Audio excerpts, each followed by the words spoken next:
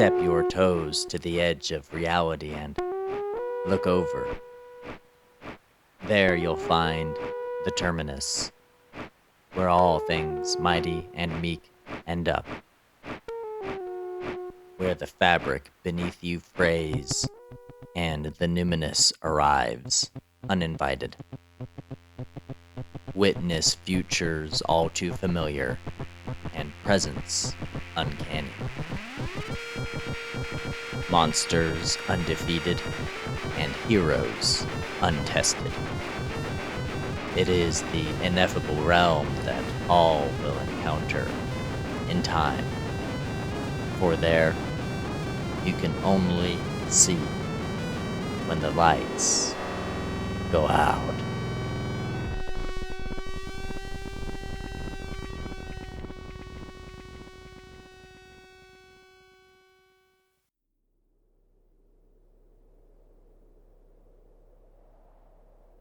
Darren moved swiftly to stay warm as he left the shopping center, shielding his eyes from annoying snow flurries that whipped his face.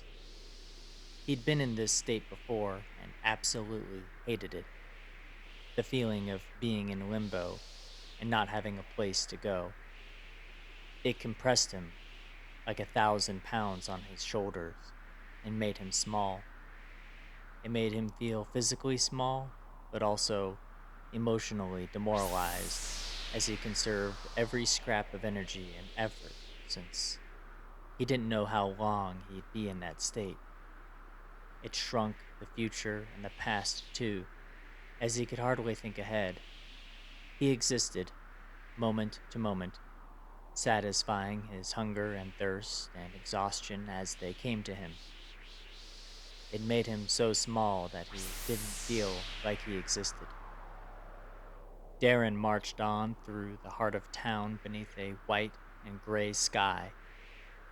He kept his eye on several storefronts that might close early. He thought he could sleep under the awnings that sheltered their entrances. But he didn't like the looks that the staff in the shops gave him, or the looks from people who passed him by on the street, or the lack of looks. The way they averted their eyes. They always knew he was homeless within seconds. The first time he experienced it, he thought it was like the adult version of being the unpopular kid in school. You stuck out in ways that were obvious to everyone but you. But in time, he grew to understand what they were seeing, or trying to avoid seeing. He walked around with his life on his shoulders. He wore a hoodie wrapped in a threadbare coat, and black cargo pants and frayed boots, none of which really matched, and all of which carried a light dusting of nature. There was no concealing what he was. As the snow flurries began to clear, Darren was able to take a break at a park near Main Street. He took cover under a tree with a bench and checked his phone again. It had been quiet for a couple hours, so he had no hope of finding a place to stay that night. He folded his arms for warmth before taking a good look around the park. He wasn't the only person there. Scattered here and there in several pockets, there were more men hanging out together in twos and threes, smoking cigarettes and laughing grimly. There were a few tents and other makeshift shelters, straining under the weight of fresh snow. Darren looked down at the bench and shuddered, as he realized that he might be sitting on his bed for the night. He never thought that he'd be in this situation. When he left his apartment a year and a half ago, he assured himself that he would never have to rough it in the dead of winter. It was the only scenario that he didn't think he could endure. As long as he didn't have to sleep in the snow, he was going to be okay. But there he was. He'd finally burned every bridge, and there was nowhere to go when he needed it most. Earlier in the day, when he realized how bad the weather was going to be, he had called and texted everyone he could think of, though the responses of his friends were all superficially different. They were all essentially the same. Sorry, man. We can't put anyone up right now. My mom is visiting. Maybe next weekend. My wife would kill me. Who is this? No, Darren. I can't do this right now. They all meant no. And between the lines, they said, not again, and please don't call back until you have a life. And those who didn't respond meant, you're dead to me. And take a hint. Darren brushed off the snow that layered on his beanie and shoulders and swept it all off of the bench before grabbing a blanket from his bag and draping it over his legs. He laid down on the bag to keep his back away from the cold bench and stared up at the glittering white branches above his head. He didn't know that he fell asleep until he woke up. He had spent the day walking around in the dreary weather, dipping in and out of shops and public buildings for warmth, and he was spent. His exhaustion had put him to sleep in seconds, and he woke up feeling strange and bewildered, since it took him a few seconds to remember where he was and how he got there. It was a voice that stirred him. There was a man in a pastel raincoat walking up to every homeless person in the park. They would talk for a moment, shake their heads as the man walked on to the next group. One of them flipped him off and lost his cool.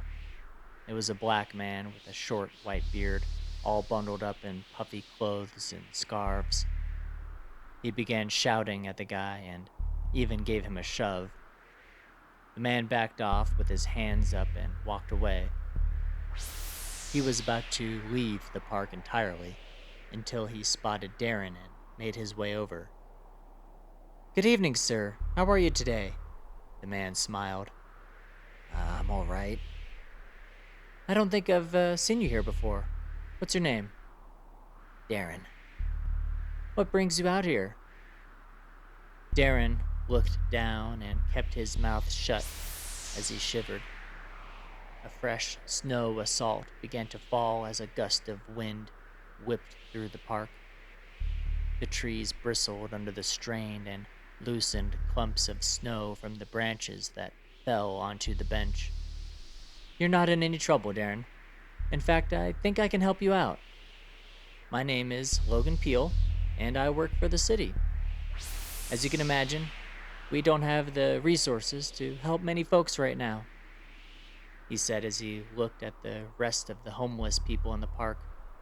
The shelters we have are all tied up with families. We have to prioritize them, of course. Unfortunately, we don't have any beds left. Doesn't sound like you can help me. You really work for the city? Logan pulled out his ID and some paperwork and showed it to Darren. It looked official enough, but it didn't mean anything to him. It wasn't the same as if a cop showed a badge. Everyone had seen a badge at some point. But he didn't know what the ID of a city worker should look like. Still, it seemed like he was on the up and up. You got a phone? You can take a picture of it if you like and check my number with the city. That's all right. What do you got? Logan pocketed the documents. Williamsburg doesn't have any spare beds, but Littleton does. Littleton? That's an hour and a half away, Darren replied, incredulous. I know, but they just finished building a new shelter, and Williamsburg has chartered a bus to take some of our unhoused citizens up there for a couple weeks. Oh. Yeah, it's going to be a nasty month, weather-wise, and we can get you out of the worst of it. Okay, Darren shrugged. Okay? Yeah. Darren found himself nodding his head. It wasn't even dark yet, and he already had enough. Even a couple hours on a bus would be nice. Yeah, I can go there. Excellent. Do you know where the bus stop is? Logan pointed away from the park and toward the center of town. Go a couple blocks till you hit Cedar, and head toward the hotel on Bridgeway. There's a stop before you hit the hotel on the right side of the road. There will be a bus there at 10 p.m. Can you make it? Yeah, man. Yeah, I'll be there.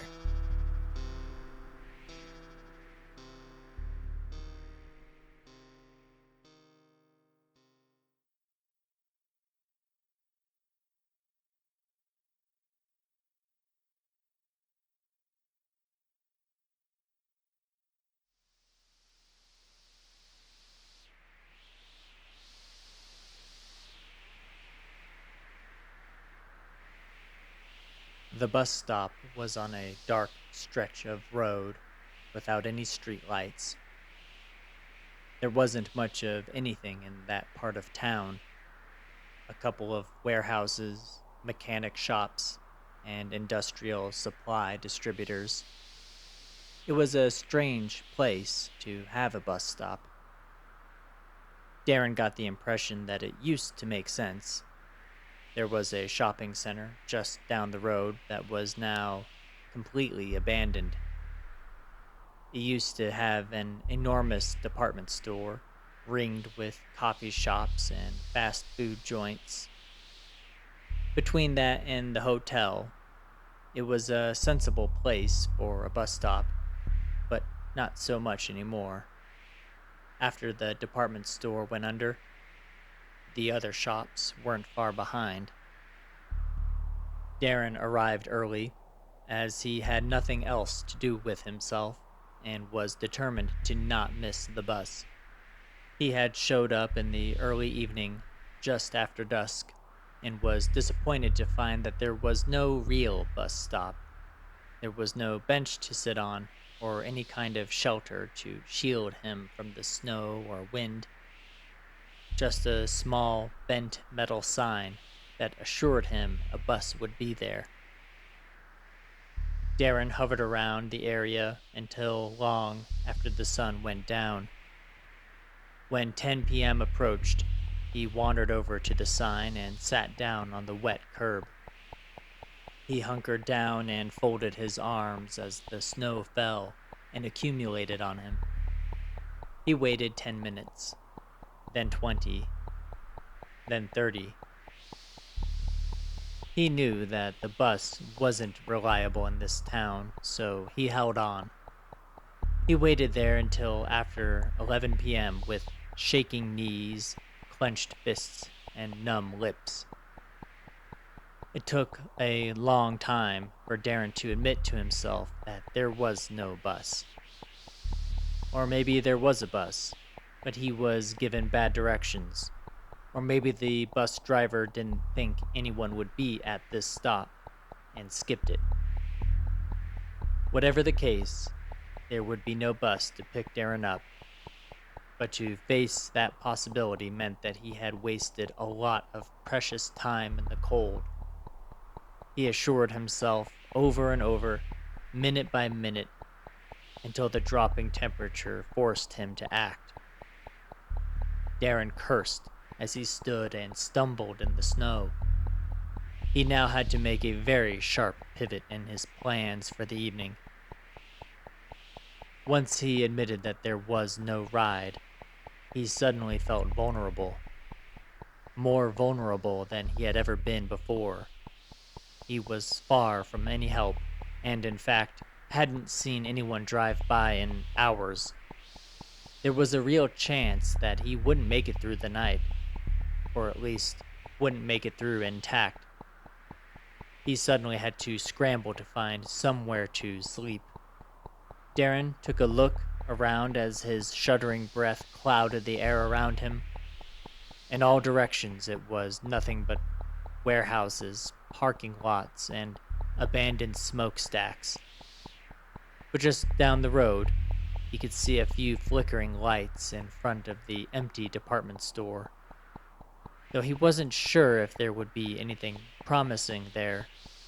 It would be well lit, and it was a short walk.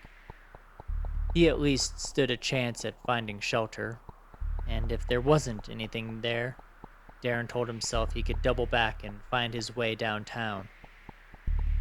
He huffed and coughed up phlegm as he marched up the road, kicking through ankle-deep snow.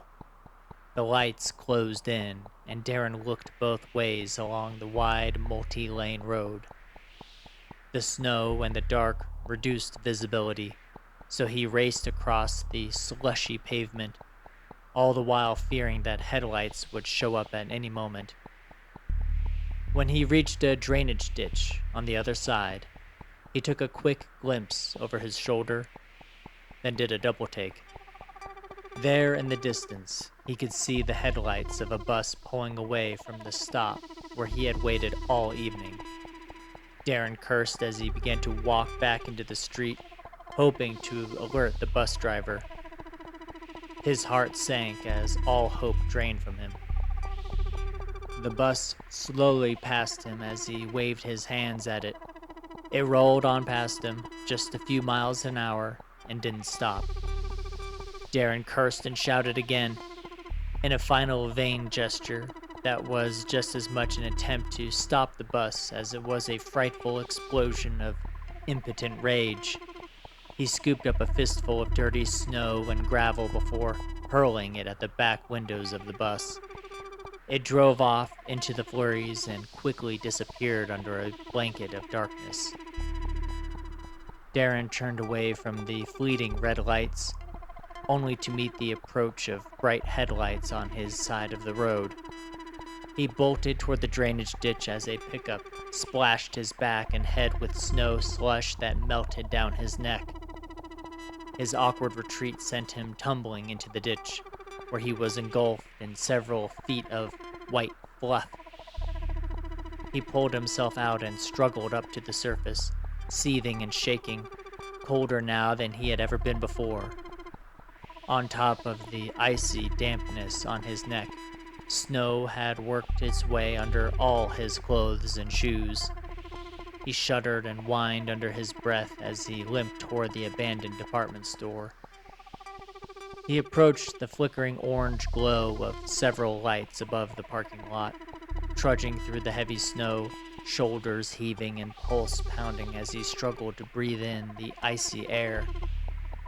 At the edge of the parking lot, abutting against a forested area, there was a dimly lit car, motionless and blanketed under a couple inches of snow.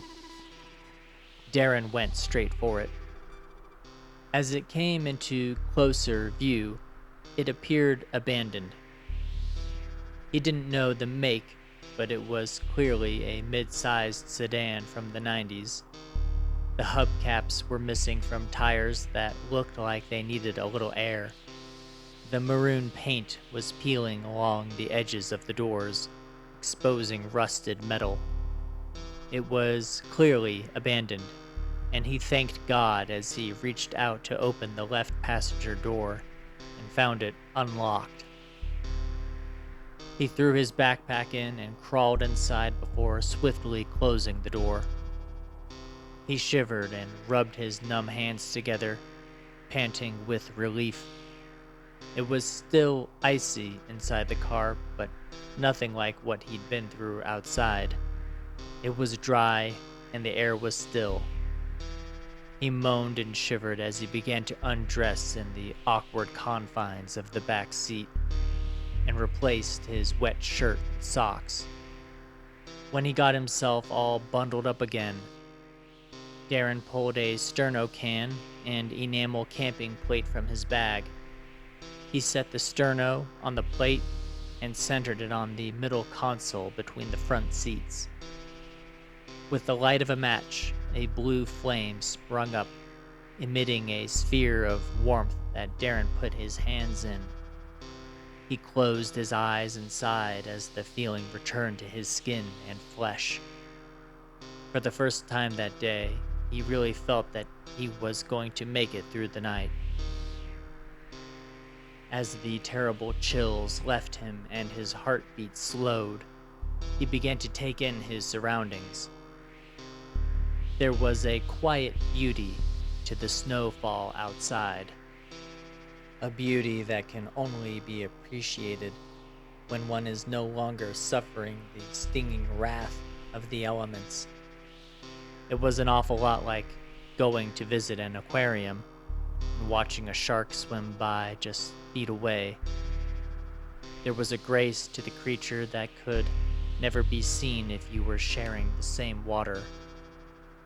Likewise, once separated from the snow, Darren felt like he was watching the world turn without him, and for a while he couldn't care about his circumstances. It was a stunning desolation outside, like a desert canyon or the surface of Mars. How odd, he thought, that there was beauty even where it was lifeless and inhospitable. Darren directed his attention to the inside of the car. Despite being in it for a good half hour, he'd been so busy recovering that he hadn't given it a good look. The seats matched the color of the exterior. It was a maroon fabric that had been sun-bleached into a pink hue, with crumbs and wrappers collecting in the seams. He pulled out his phone and began to shine the light on the floor and found that it was loaded with trash. He had felt it when he stepped inside, but didn't really pay it any mind. Now he could see that it mostly consisted of fast food wrappers and toys that had no doubt come with the meals. He sifted through the refuse behind the driver's seat with his foot, partly hoping that just maybe there would be something useful or even edible. There were receipts, parking tickets, and broken zip ties. At one point, the light of the phone caught something glittery, like a silver ring, but he quickly realized that it was the sort of thing that would fall out of a toy vending machine. He began to sift through the trash behind the passenger seat and found more of the same. Truly random stuff amid the fast food wrappers. A bottle of green nail polish, a keychain, a twisted up metal coat hanger, a plastic lighter, and several loose shoelaces that did not appear to belong to the same shoes and had no matching pairs. Stuffed in the worn folds of the seat fabric, he could see that one of the seatbelts had been cut, with the latch still stuffed in the buckle. What a dump, he thought. A car interior had to be used quite a bit for the seatbelts to get stuck. He leaned over the middle console, careful not to be burned by the flame, and shined his phone light around the front seats. There was less trash, but it was still grimy, with crumb-covered seats and a stuffed ashtray. One thing caught his eye, however. Underneath the steering wheel, he spotted a small console. Darren thought at first that it could be part of a CB radio, but it had a makeshift appearance. He squinted his eyes to get a better look and found that it had no display or dials, just a few toggle switches. Now feeling comfortable, but not quite tired enough to fall asleep, Darren's curiosity drove him to take a closer look. For safety's sake, he blew out the sterno flame before climbing into the dirty driver's seat, which deflated easily as if someone very big had been sitting in it for years. He shined his phone's light on the console and flipped one of the switches. He nearly jumped at the sound of a dull mechanical thump, as if every car door had been locked. But when he looked at his door, he could still see the unmistakable red sticker by the handle, showing that the door was still unlocked. Darren shook his head and dismissed the sound. It seemed to him that whoever owned the car was of little means and had at one point tried to make a do it yourself repair on the power locks. But that didn't fully explain another function that the console had. He flipped another switch, and suddenly the check engine light turned on. Darren slowly leaned back in the seat as he palmed his mouth and stubbled face before taking a deep breath. An uncanny feeling had just come over him, and for a few seconds his heartbeat doubled and his stomach twisted. Something just didn't feel right, and he couldn't put his finger on the reason why. He quickly arrived at an explanation for his unease. Functioning automatic locks? A check engine light? Shit, he thought. Would an abandoned car still have power? It was certainly possible, but he never would have guessed that a car in this condition would have any juice in the battery. Then he began to visualize the car's appearance as it had been when he walked up to it. There were inches of snow on the roof, but there was at least a foot of snow on the ground when he trudged his way up to it. Darren then looked through the driver's side window at the ground. There he could make out very slight depressions that led from the door around the trunk, where they briefly mixed with his recent footprints, and then several feet away from the car toward the forest. These depressions looked an awful lot like footprints that had been almost completely covered in the snow. In his manic rush into the car, he had totally overlooked them. Darren began to panic, thinking that the owner could show up at any moment and find that a homeless man had just broken into the car and started making a home there. And given the class of human who would keep a car in such a terrible state, Darren couldn't imagine a scenario where that interaction would go with grace or sympathy. He was ready to bolt out of the seat and quickly grab his stuff when he reached out to open the driver's side door. To his surprise, it was locked. He jumped into the passenger seat and pulled the handle, and found that it too was locked, despite clearly seeing the red sticker which suggested it was most assuredly unlocked. In that moment, the embarrassment-driven panic turned to cold fear. What is this? He thought. What is going on with this car? He shook his head and dismissed his feelings. It was a car with a lot of miles on it, and was likely living in its final days. It wasn't unusual for a vehicle in this condition to have door handles that didn't work. But then he looked over at the console beneath the steering wheel and its mysterious switches. What is that for? He wondered. Could it be? He very slowly leaned toward it and crept his hand up to the first switch. Despite how rushed he felt, he struggled to bring himself to touch the console because he was afraid of what he might discover. As he suspected, when he flipped that switch, he heard that mechanical thump once again from every door in the car.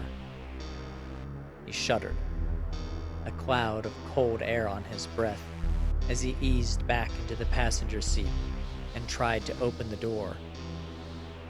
The tension grew in the handle as he pulled it, until he heard a click, and the door easily opened for a few inches before he slammed it shut. His situation suddenly felt so wrong, unlike anything he had ever experienced before. He realized how silly his original concern was. He hadn't just committed an honest mistake.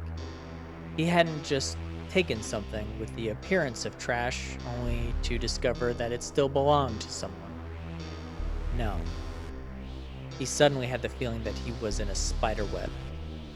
Why, he thought, Would someone rig their car to automatically lock the doors in such a way that they would appear unlocked? Why would someone want personal control over their check engine light? And why would this person stop their car in an abandoned parking lot in the middle of a snowstorm and walk off into the woods? In his fearful state, Darren couldn't piece an answer together for those questions, nor did he really want to. Everything in his gut told him that this situation was all wrong, and whatever was outside this damned car was safer than what was in it. He turned around to start collecting his things in the back seat with a jittery, panic-stricken speed that would get him back out in the snow in 60 seconds or less. But he stopped when the flashlight on his phone caught a glittery glint on the floor. It was the toy ring he had spotted earlier. Darren picked it up without thinking and held it up to his eyes, realizing now that the diamond-studded object had a lot of weight to it. It was no toy. Why? He thought again. Why? He said aloud in the darkened car. Why would someone, whom he presumed to be impoverished, leave a valuable ring amid a pile of trash and random objects?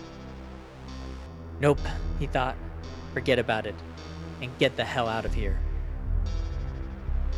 With all haste, Darren scrambled to grab all of his belongings, shoved them in his bag, and hauled it all up to the front seat. With the heavy bag clutched to his chest, he opened the passenger door, shut it behind him, and trudged a dozen steps into the snow before he froze. A good 30 yards from the car, silhouetted against the white snow, was a large, darkened figure with the cherry of a cigarette hanging in its hand. "Hey, partner," it said cheerfully. "Need a lift?"